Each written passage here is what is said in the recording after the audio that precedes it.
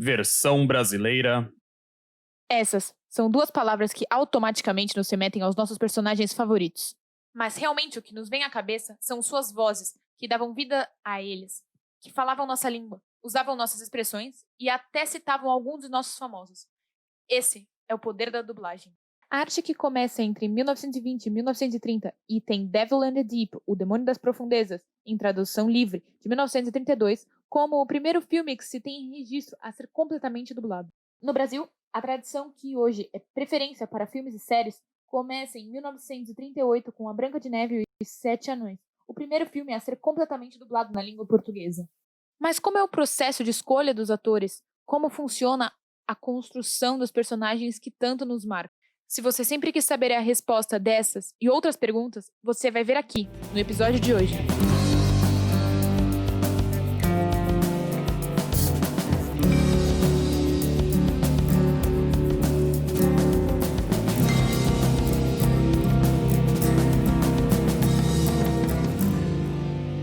Olá, sejam todos muito bem-vindos e bem-vindas. Eu sou o Cauã Marcelos e esse é o 5º episódio do Quero Saber, em que, bom, obviamente a gente vai falar sobre dublagem. E dublagem é uma daquelas coisas que a gente vê na televisão todos os dias e não se dá conta da história, da indústria complexa que acontece antes do filme chegar bonitinho aí na sua televisão. Mas a dublagem em si já é algo quase centenário, tendo seu início ali no final da década de 20, começo da década de 30, quando surge o cinema com som, que traz consigo um problema. Como pessoas de outros países poderiam consumir esse conteúdo, já que ele não está na sua língua nativa?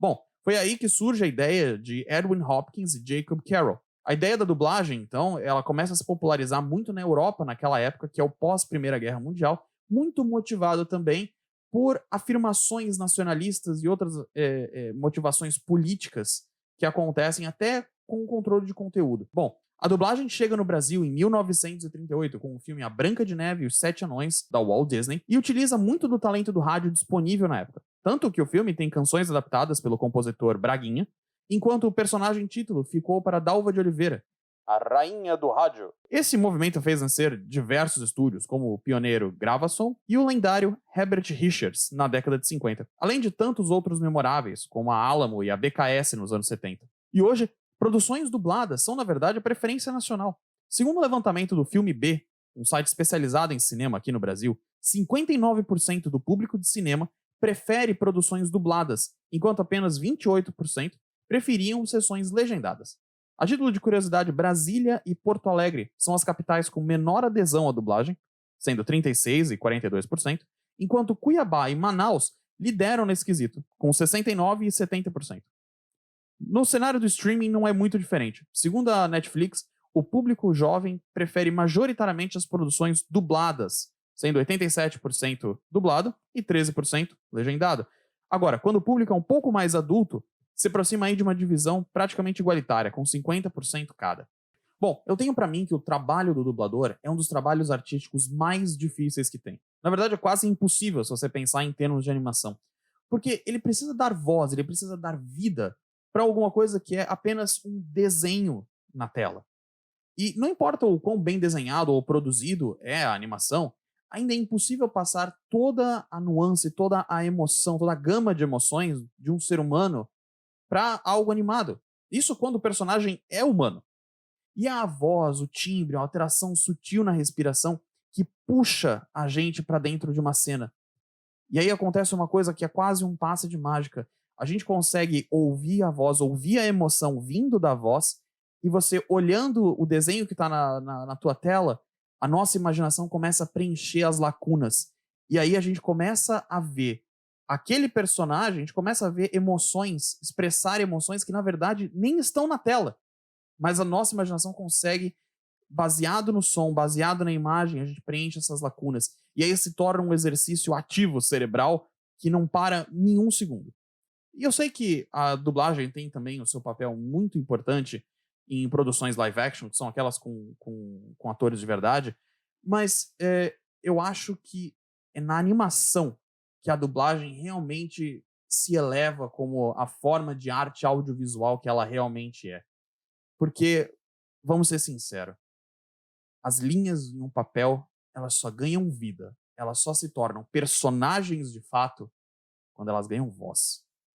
E para falar sobre dublagem, nada melhor do que falar com um dos melhores do mercado, um dos mestres da arte. Eu vou falar com Figueira Júnior, meu entrevistado de hoje, que você provavelmente já conhece ou pelo menos já ouviu sua voz. Figueira já fez, entre vários trabalhos, as vozes memoráveis de Android 17, de Dragon Ball Z, GT e Super, Fry, do Futurama, Gensho Hyudon, do Naruto, Kain Fury, de Full Metal Alchemist Brotherhood, Sub-Zero, de Mortal Kombat, Queen de Mandrágora, de Cavaleiros do Zodíaco, na saga de Hades, além de Logan Pierce, em Gold Rush, da Discovery, Jim Biggs, do American Pie 1, e o autor, de Once Upon a Time. Além de muitos outros trabalhos, como diretor de dublagem, teatro e cinema. Meu amigo, que prazer ter você aqui hoje. Como é que você tá? Cara, o prazer é todo meu, e vindo de você esse convite é mais legal ainda, porque tem um passado, tem uma história, a gente tem uma história bonita, né, de como a gente se conheceu e tal. Então, eu que agradeço o convite, estou bem diante desse momento que a gente está vivendo, e todos nós estamos vivendo, eu acho que a gente é privilegiado. Olha aí a gente falando aqui um com o outro. Com certeza. Não, e é engraçado que eu sempre comento isso com o pessoal, que na verdade eu brincava que eu te conhecia antes de te conhecer, né? Assistia, obviamente, tanto Dragon Ball quanto Dragon Ball GT. Eu tinha um boneco do Super 17, que você faz a voz, e aí quando eu te conheci, eu descobri que você fazia esse personagem, foi um negócio super legal. Então é muito bacana ter você aqui hoje. Cara, então vamos pra gente começar a nossa conversa de maneira um pouco mais oficial, digamos assim. Conta pra gente um pouco como que foi a tua trajetória na dublagem e como que você chegou onde você tá hoje. Cara, foi assim, eu nasci em Portugal, vim para cá pequenininho e já de pequeno comecei a fazer teatro, né? E na época do TBC, não sei se você lembra dessa época aqui em São Paulo. TBC é um teatro que fica na Major Diogo, hoje está largado as traças, o governo nem liga para aquilo lá. Nossa. Mas aí foi um momento muito legal. Eu comecei a fazer, mas uma das primeiras peças que eu lembro de fazer foi num teatro Anchieta. Bom, mas enfim, comecei fazendo teatro, alguns espetáculos bacanas, inclusive, com nomes renomados, como Guarnieri, como Soffredini. E aí teve um momento que eu estava fazendo um Gato de Botas lá no TBC, e alguém me soprou naqueles comentários dos intervalos, antes do espetáculo e tal, que estava tendo um teste, um estágio na Alamo. E aí eu fiquei feliz e ao mesmo tempo curioso. Falei, ué, mas devo, não devo? Uma área que... Bom, vou lá. E fui. Aí eu fiz esse estágio na Alamo em 1987, abafa a idade. Aí, em 87, estava rolando um desenho animado chamado Animais no Bosque dos Vinténs. E aí, esse desenho tinha muita corujinha, muito vozerio. Então, um mês e meio depois do ensaio, o Michael, que era o dono da Alamo, desceu. Era uma coisa que ele já tinha o costume de fazer, fez um teste com a turma que estava lá, que devia ser uns 4 ou 5 assistindo. Naquela época não tinha os cursos que tem hoje, que passavam a técnica como a gente passa, mas tinha essa coisa de deixar a gente assistir full time, todos os dias, alguém dublando. Então a gente ia vendo como é que o profissional trabalhava. Fiz 1 mês e meio, 2 meses depois, esse teste, e nunca mais parei, porque inclusive ganhei um personagemzinho no Animais no Bosque dos Vinténs, uma das corujas. Que legal. Passava na TV Cultura. Ali foi teu primeiro personagem? Ali foi o primeiro personagem na dublagem. Que legal. Conta pra gente um pouquinho mais como que é o processo de audição para vozes de dublagem, né? Como que é esse processo? Vocês recebem o personagem, tem uma ideia, tem um tempo para você preparar, eu acho que esse personagem vai ter uma voz mais assim, uma tonalidade um pouco mais diferente. Como que é esse processo? Bom, a gente parte do princípio que a gente traduz a mensagem do original para a nossa linguagem. Sim. Então, eu tenho, por exemplo, uma produção japonesa. Eu não vou fazer... A gente vai dublar um filme japonês, por exemplo, o próprio Dragon Ball, né? Uma produção japa, né? Eu não vou falar, tipo, bom dia, como você está? Então, eu não posso seguir esse item. Quer dizer, se o personagem na produção tem um sotaque, eu posso pincelar a ideia de que aquele cara é um alemão, por exemplo. Senão, eu vou chamar um alemão com sotaque, mas aí ele não vai ter a veia artística, não vai saber desenvolver, interpretar, talvez ele vai me dar o sotaque. Então, a gente tem esses elementos, esses signos que vão indicar que ali há um sotaque, etc, né? E a gente no Brasil tem esses signos. Por exemplo, se você puxa o R, você acaba dando a entender que aquele personagem não é nativo daquele lugar, ele vem de outro lugar. A gente dá a esse indício. Mas o que a gente sugere, sim, na escalação, que seja alguém que tenha um timbre idêntico ao original, que tenha uma voz. Porque, assim, quando a gente tem umas faixas padrão no nosso inconsciente de como que seria uma voz daquela pessoa que a gente escuta. Por exemplo, quem está me escutando, como a minha voz é branca, pode ser que ele ache que eu tenho 20, 30, 40, 60, não importa. Esse tipo de voz que eu tenho, a pessoa pode viajar em cima da inflexão e me dar várias idades. Interessante. Tem umas que você já não tem como esconder. Mas tem uma coisa curiosa, por exemplo, de pessoas com vozes estranhas, de galã. As pessoas não têm uma voz de galã sendo todas modelo. Elas podem ser feias, horrorosas para o nosso padrão visual, podem ser gordas, podem ser mais novas, podem ser mais velhas, mas elas têm aquela voz que no imaginário, no nosso popular, na nossa etiqueta inconsciente, na nossa tabela inconsciente, a gente já associa. Como a gente associa uma voz grave e gostosa, possuída, ao negro. E como também se faz isso com um galã, certo? Então, a gente vai escalar, a gente vê aonde que o personagem está nessa lista. Por exemplo, se é um personagem gordinho, geralmente, por exemplo, eu já entraria, por exemplo. A gente pega uma voz branca. Tem um personagem negro, às vezes o cara não... Claro, se for uma criança, não. Mas se for um cara adulto, geralmente é quase um padrão, entre aspas, de se colocar uma voz mais pesada, né? Volumosa e tal. Então, a gente tem todos esses elementos que a gente vai tirando como é que fala? Vai separando, e aí chega assim, esse aqui serve, por exemplo, eu tenho um personagem que eu acho que é a cara do Cauã, inclusive, olha o tipo físico, parece o Cauã. Então, eu posso, se você é um ator, um dublador que está no casting, blá, blá, blá, eu digo assim, então eu vou chamar o Cauã, sabe? Às vezes, você não é o teu tipo físico, né?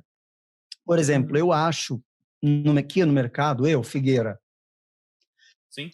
trabalho em cima de uma voz na idade do Android 17, que é em torno de 30 e poucos anos agora, a idade dele, do personagem, que é a idade que eu mais trabalho. Mas uma boa porcentagem do meu trabalho, se eu pesar um pouco a voz, se eu fizer uma coisa...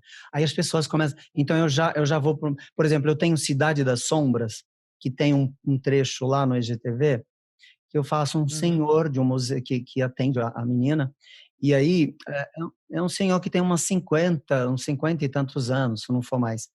Então, mas voltando à escalação, aí a gente vê, por exemplo, tem o Cauã. Então, se o Cauã não está naquela lista que o cliente pediu de 3 vozes para ver quais preencheriam os personagens principais, então eu posso pôr ele naquilo que vou dirigir o filme, a produção, acho que você tem capacidade de fazer.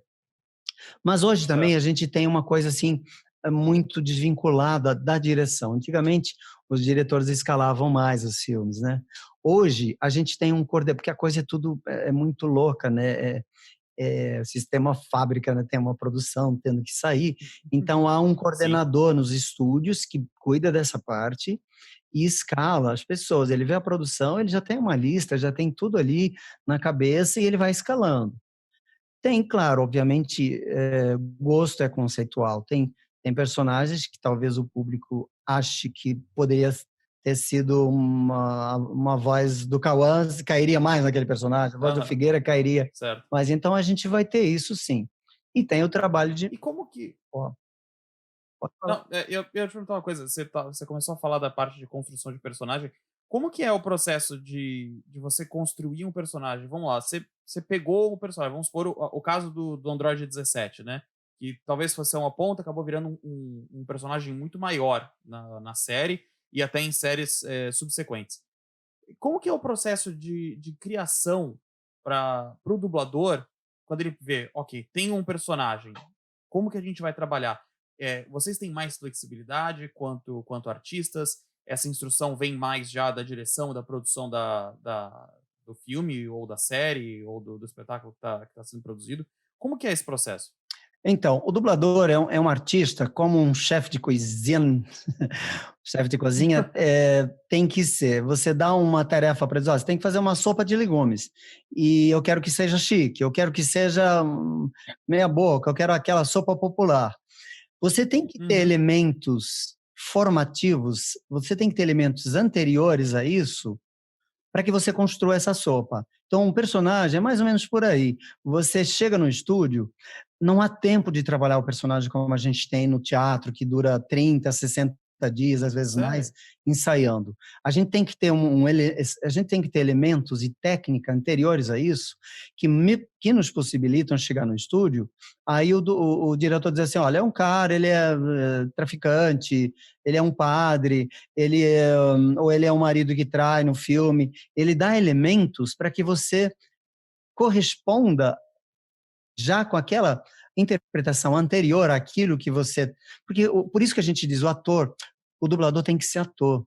E, de preferência, com Uhum. muita técnica embasada ali, para que ele chegue no estúdio e resolva. Hoje em dia, claro, eu Certo. dirijo dublagem há uns 15 anos e dublo há uns 30 e poucos. Nesses 15 Uhum. anos de direção, claro que tem vários elementos, então a gente acaba dando aula, às vezes, dentro do estúdio, porque a pessoa, todo mundo, um dia tem que começar a dublar. E começando, você não tem Certo. toda a técnica, tá? Então, Claro. só para embasar mais a resposta, imagina você tirando uma carteira de motorista, habilitação, né? CNH.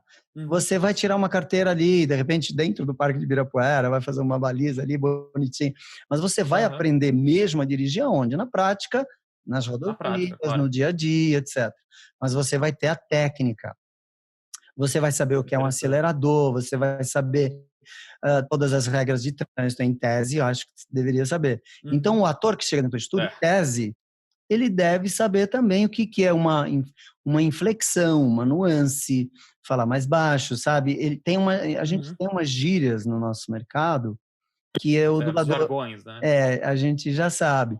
Então, a gente tem essas informações, ó, o personagem é isso, é aquilo e tal, e aí você, com a tua vivência, com a tua experiência, com aquilo que eu já descrevi, você vai Uhum. e manda ver na interpretação.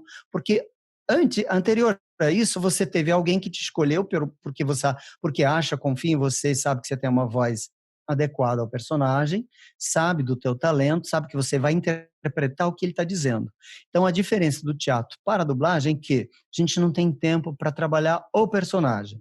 A gente tem que ter Certo. uma experiência, uns reflexos treinados, e isso a gente pega também o exercício da profissão. Para que quando a gente chegue dentro do estúdio, a gente saiba interpretar aquilo que a gente leu na hora, com algumas dicas iniciais do diretor, só. É praticamente uma. Você constrói o personagem meio que a toca de caixa, né? Você chega, você lê, e com a tua experiência, você interpreta que, ok, eu sei que esse personagem aqui vai ter que ter uma inflexão X, uma tonalidade Y, e Isso, você constrói o personagem ali na hora. exatamente. Entendi bem ou. Não, bem. Esse é um dos gomos da coisa. Porque o diretor vai dizer Certo. assim: ó, Figueira, não é tão gritado. A mãe, eu não vi a cena onde estava a mãe anterior, porque a gente Aham. grava só as nossas falas, né? Falou, a mãe dele está no quarto, Tá. não está lá a 200 metros. Então, é menos Certo. volume, ou então essa fala aqui tem Ele ironia. dá os toques. Eles dão, claro, por isso que tem que ter um diretor, Claro, claro. deve ter. Uhum. Porque E- a ironia na fala, às vezes é um sussurro, às vezes. Então, tudo isso o diretor vai te dando. É um maestro que vai dirigir essa nota. Certo. Ó, não é aquela nota muito aguda, vai mais para baixo. E vai por Certo. aí. E aí você falou que você falou, às vezes eu não vi a cena anterior. Quando vocês dublam qualquer personagem que seja, você tá vendo a cena na tua frente, e mesmo assim, tá, tô vendo a cena aqui na frente, mas normalmente você tem acesso ao material antes de dublar, ou você chega ali e você vai conhecendo aquilo conforme a produção é feita? Cara, essa pergunta foi show. Não, a gente não tem acesso ao material, a gente não leva texto para casa, Caramba! não tem. O estúdio liga, por exemplo, eu estou fazendo uma série, não posso falar mais, que é para Netflix, eu acho, E Pô, legal. não posso falar mais, mas é assim, Não, pelo amor eles de não Deus. falam, eles não falam o que que é, eles só dizem: Figueira, eu preciso de 2 horas amanhã com você.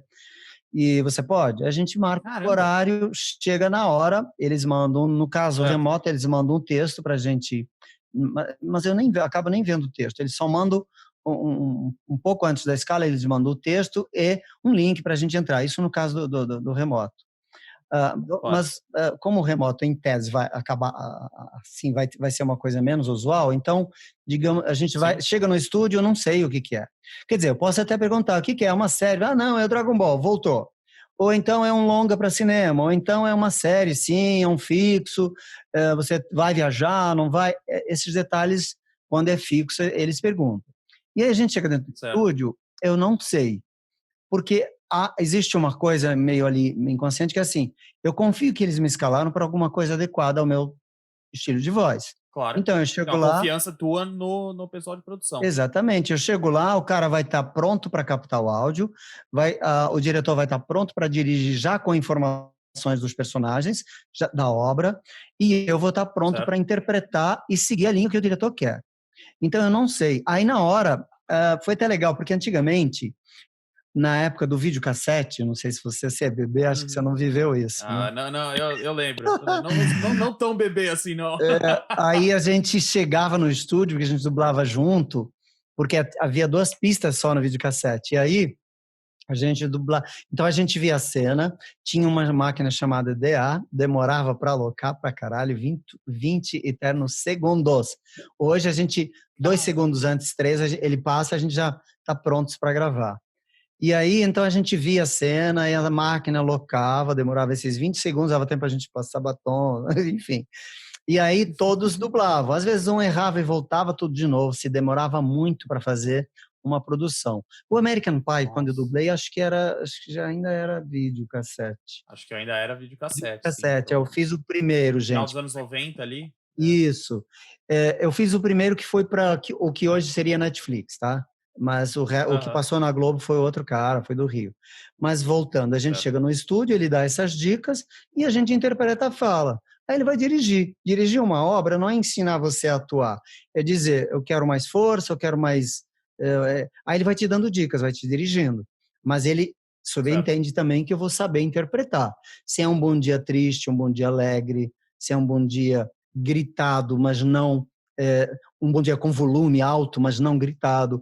Tudo isso a Aham. gente chama de técnica. O que é a técnica em dublagem? Técnica pode ser virtual, pode ser física, pode ser enfim. Ah, Uhum. porque é um toque. Desde a posição que Certo. você tem que estar do microfone, como é que você se comporta, até ah, como, por exemplo, do corpo também, se você mexe muito, se não mexe. Enfim, tudo Uhum. isso ajuda você a transformar a tua performance num resultado melhor. Obviamente, Interessante. obviamente talento é conceitual, Cauã. A gente tem diretor que não vai gostar do teu trabalho, como não gosta de loja, tá, da loja Não, X. normal, É normal, claro. né? Não, e uma coisa que você falou do corpo, Figueira, que eu achei interessante, é o quanto de fisicalidade tem na hora de você construir uma voz. Tem alguns personagens que você precisa, às vezes, fazer algum tipo de força com o corpo, ou expandir mais. Como que é a fisicalidade para você conseguir imprimir a voz correta para aquele personagem? Cara, fisicamente, eu não, a resposta seria assim: tudo está associado à tua respiração. Se você não tem uma boa Certo. respiração, não tem um controle legal da tua caixa torácica, você não vai dar uma frase que tem 2 minutos indo com um fôlego Uhum. suficiente para parar onde o personagem para, tendo que continuar sem, sabe? É quase como Aham, respirar claro. cantando, né? E aí você vai ganhando Sim, essa técnica treinando. E, obviamente, tem alguns truques no dia a dia. Eu ensino todas essas coisas, gente, no meu curso lá no Senac. sim, Ah, tudo isso eu dou. A gente dá técnica, a gente ensina muita coisa. E, inclusive isso, como se posicionar, claro. como você pode respirar melhor para segurar a tua inflexão, de um grito para uma cena que é mais suave, ou o contrário, como é que Uhum. fica a tua respiração? Você pode ficar Certo. rouco se você não respira certinho, sabe? O que é respirar Sim, certinho? sim. Se você, por exemplo, você vai gritar e no grito já solta de cara toda a quantidade de ar que você tem no pulmão, você pode ficar rouco. Então Pode estourar a tua voz, você, sim. por exemplo, para dar risada, você vai soltando aos poucos o ar. Tudo isso é uma técnica que você aprende também. Eu teria que dar uma aula nessa nossa live para te ensinar para dar essas dicas. Mas eu convido Tá as certo. pessoas a irem lá fazer a aula comigo, aí eu ensino tudo isso. E aí, você falou de trabalho, eu queria pra gente começar a encerrar. Qual que foi o teu trabalho mais desafiador? E quando você chegou, principalmente nessas de você chegar ali numa sala de dublagem, você descobrir mais ou menos qual que é o papel. Qual foi o papel que você chegou ali e você falou, caraca, esse Cara, daqui vai ser complicado. aí teria duas respostas também. Uma artisticamente e outra Sim, por tesão. Por exemplo, por tesão, certo. eu vou ser modesto, eu vou falar que foi o Fry no Futurama, faço o Fry também, Sim, claro. e o Android 17, porque são personagens que foram para o mercado com uma energia tal que me deram muito carinho e muito afeto da parte dos Sim, fãs. sim. Então, esses personagens foram os que me deram tesão, até porque foram longas temporadas e eu tive que chegar Claro, lá e claro. manter. É um exercício você manter o mesmo timbre durante um tempo. No caso do Dragon Ball, foi um personagem que cresceu, né? Até que agora ele Muito. casou no final, né? E Sim, virou sim. homem-família. E a mensagem do Dragon Ball é muito legal. Ela cuida da luta, porque a gente vê às vezes um anime, é só luta, é só isso aqui. Mano, presta atenção nos diálogos, Presta atenção na mensagem. nas mensagens. É assim, se você batalhar, que é uma coisa da vida, se você batalhar a Sim. vida, ok, você vai ter resultado. Se você não batalhar, vai ficar ali, né? O cara batalhou, o Android ele foi indo, de repente ele virou guarda florestal. Né, é uma história de redenção, né. E é interessante que Exatamente. você começou fazendo teve alguma diferença aí, que você começa ele como um vilão, até sadístico, eu diria, lá na temporada dos androides, um pouco antes do Cell. É. E aí você passa, ele passa ali, vai pra Dragon Ball GT, que ele continua um vilão, como Super 17, Então, e aí em Dragon Ball Super ele vira, na verdade, um aliado. E ele tem exatamente esse crescimento do personagem, ao longo dos anos. Como que foi pra ti, como dublador, fazer essa transição? só uma aguinha. Por favor. Então, o Dragon Ball é a prova viva de que o ator precisa se reinventar e estar atento às nuances, a gente chama isso de nuances do personagem. Você, por Sim, exemplo, tem a mesma voz de quando eu te conheci, mas a nuance da voz, o peso da voz, a respiração vai mudando e vai mudando. certo. Aí com técnica, você consegue manter a voz que você fazia há 7, 8 anos, quando eu te conheci, né? Mas Sim, sim, isso 8 com a anos, cara. técnica. Mas a gente vai percebendo. Então, os bons diretores, eles dizem, olha, o cara passou 20 anos ele está com mais 20 anos na série. Uhum. Ou envelheceu 10 anos, ou ele acabou de sair de uma cirurgia, então a voz fica mais, sabe, fica mais... Aí você vai tendo esses Aham. elementos que te conduzem a um trabalho mais bacana. Claro que Certo. eu tenho uma analogia que eu utilizo nas aulas, que eu digo assim, existe o estúdio Pão de Açúcar, estúdio Extra, não sei se pode falar esses nomes aí, Pode, fica à vontade. e o estúdio Dia, né? Pão de Açúcar Extra e Dia. Então, o estúdio Pão de Açúcar vai cuidar, vai dar bom dia para você, te dando um beijo, ilustrando o teu, sabe? Uhum. O estúdio Extra, Sim, sabe? Ok, vai fazer o básico, vendava e tal. O estúdio Dia ele vai dar uma mensagem, mas ele não vai se preocupar com nuance, ele não vai se preocupar com tudo isso que a gente está certo. descrevendo. E aí entra aquela história, você entra no Netflix e vê umas produções, porque isso também existe. Dublagem não é Sim, casa de Deus, como eu falei. Então vai ter vai ter produção escrota, maltratada, porque daí entra o fator preço, né? E claro. aí é como uma calça, né? Uma camisa que você vai na loja, a mesma calça, entre aspas, com o mesmo tamanho, blá blá blá. Até quem sabe o mesmo tecido pode ser que custe Não é X a e mesma 10 vezes coisa. mais, mas não é por causa do acabamento, da lavagem. E assim é o filme. Pô, legal, Figueira. Pra gente terminar a nossa conversa aqui, eu queria, na verdade, te pedir duas coisas. Terminando. Uma que eu peço para todo mundo, para todos os meus convidados, que é uma recomendação tua de qualquer produção, livro, seja o que for, para as pessoas conhecerem mais sobre dublagem? De repente pode Ah, ser algo sobre dublagem, ou de repente uma produção que você fala, meu, essa dublagem é incrível, assistam porque vale muito a pena. Isso é a primeira coisa que eu quero te pedir, aí depois eu te pedir mais uma. tá, então, ó, por exemplo, que é um filme antigo, mas eu sempre dou como nível de interpretação. Por exemplo, O Diabo Veste Prada é um filme Certo. maravilhoso, que tem uma interpretação assim que você entra na história, os personagens, cada um tem o seu peso, as suas nuances. Você vê os personagens, você não vê o dublador tal dublando, né? Sim, sim. O dublado, por exemplo, O Sim. Último Guardião é uma série que está bem dublada, por exemplo, que é uma série que eu Aham. assisti dublado, né? Sim, sim. Milagre da Cela 7 já é outra coisa, eu não lembro se eu vi dublado, mas que eu vi dublado foi Contratempo, foi Tá. dublado, que também são trabalhos assim extraordinários. Mas O Último Guardião, por exemplo, que foi uma das que eu vi mais recentes, falei, cara, tá boa essa dublagem, as pessoas Sim, sim. são bons. Mas, por exemplo, Bob Esponja é um talento, cara.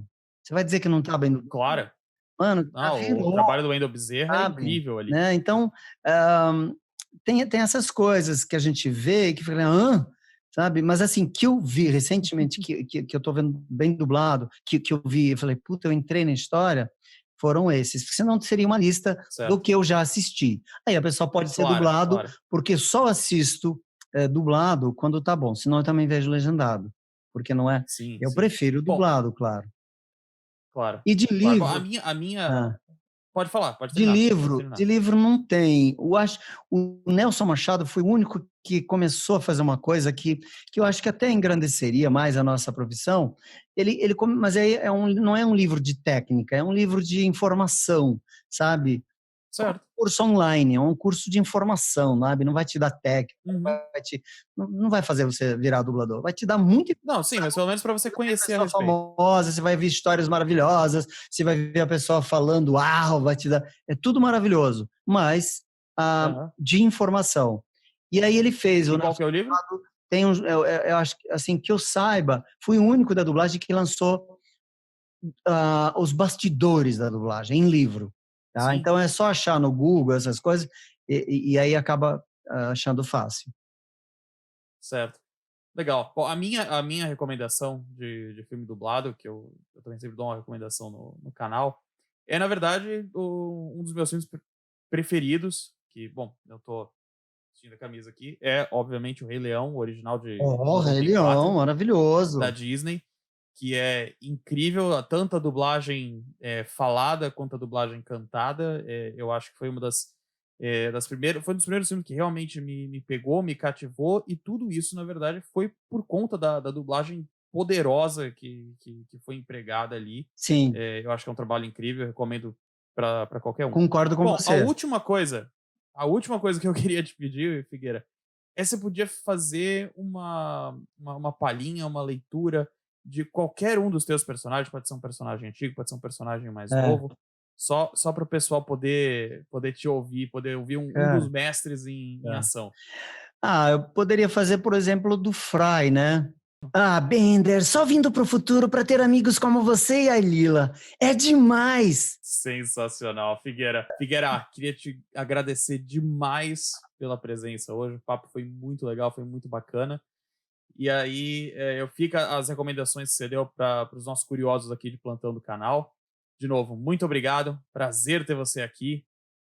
E até a próxima. Obrigado, Cauã, agradeço. E quem quiser me seguir no Instagram, também agradeço. É Segue ele lá, gente. Figueira underline Júnior, é só me seguir. Obrigado, Cauã. A gente tem muita história, muita coisa. Seria várias aulas, né, para falar sobre dublagem. Com certeza. Mas eu acho que pô, você é um querido, e não é só por ser um querido, porque tem vários queridos que até já me pediram live, mas aí, né? Mas você está sabendo conduzir bem o negócio, as perguntas foram legais, eu acho que as pessoas vão curtir essa informação. Muito obrigado, Figueira. De coração, brigadão. E até a Obrigado, próxima. até Tchau, mais. tchau. Bom, pessoal, essa foi a minha incrível conversa com o Figueira Júnior. E olha só, se você quiser conhecer um pouquinho mais do trabalho do Figueira e conhecer os personagens que ele fez, eu recomendo vocês darem um pulo lá no Instagram dele. No IGTV tem vários trechos de personagens que ele dublou, inclusive um dos meus preferidos, que é o Android 17 em Dragon Ball Super. Tem quase a cena inteira da luta dele contra o Jiren. É sensacional. Bom, Não só o link do Instagram do Figueira vai estar aqui na descrição do vídeo, como também todas as recomendações que nós demos durante a nossa entrevista. E olha só, se você curtiu esse vídeo, não esquece de dar um like aqui embaixo, se inscreve no canal e fica ligado no nosso Instagram, que semana que vem a gente vai postar trechinhos dessa entrevista aqui e vamos dizer quem vai ser o nosso próximo convidado da semana que vem.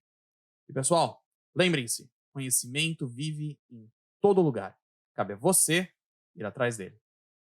Até semana que vem. Tchau, tchau. Versão brasileira, Herbert Richards. Olá! Esse não é o meu canal, mas é o meu quadro. O que você vai ver aqui agora é uma caricatura daquilo que acontece quando as pessoas falam sem saber. Eu sou uma atriz treinada, fiz teatro por muitos anos. O que você vai ver aqui agora, você não pode tentar fazer em casa. Mas se você tentar, manda pra gente. O tema do nosso quadro de hoje vai ser sobre a dublagem da nossa série favorita, Friends. Vai. Bem-vindo ao mundo real. É uma droga, você vai amar. Mônica, temporada 1. Ah, meu filho, isso não vale. Não vale. Vai. Achei que seria ótimo, sabe? Ficar um tempo sozinho com os meus pensamentos. Acontece que eu não tenho tantos pensamentos assim. Eu. Joey. Você é muito bom. Por que, Deus? Por que? Nós tínhamos um acordo. Deixa os outros envelhecerem, não eu. Joey. Ai, melhor personagem. Oh my God. Não, errei, desculpa. Ai, meu Deus. Janice. Você tem que sair do avião. Eu tenho a impressão de que tem algo errado com a falange esquerda. Ah, é a... Não, calma, depende. Ah, não. A Phoebe falou pra Rachel. Olá, eu sou o Chandler. Eu poderia usar mais roupas? Joey. Chiclete seria perfeição. Ross? Não sei quem falou isso. Chandler. Nani. Ross. Você sabe o que é estranho? O Pato Donald nunca usa calça, mas toda vez que sai do chuveiro, ele coloca uma toalha na cintura. Quer dizer, pra que isso? Phoebe. Eu ganhei! Foi o Chandler! Corta! Smelly cat! Smelly cat! What are they feeding you? Smelly cat! Smelly cat! It's not your fault! Sou muito boa, acho que eu podia fazer a Phoebe.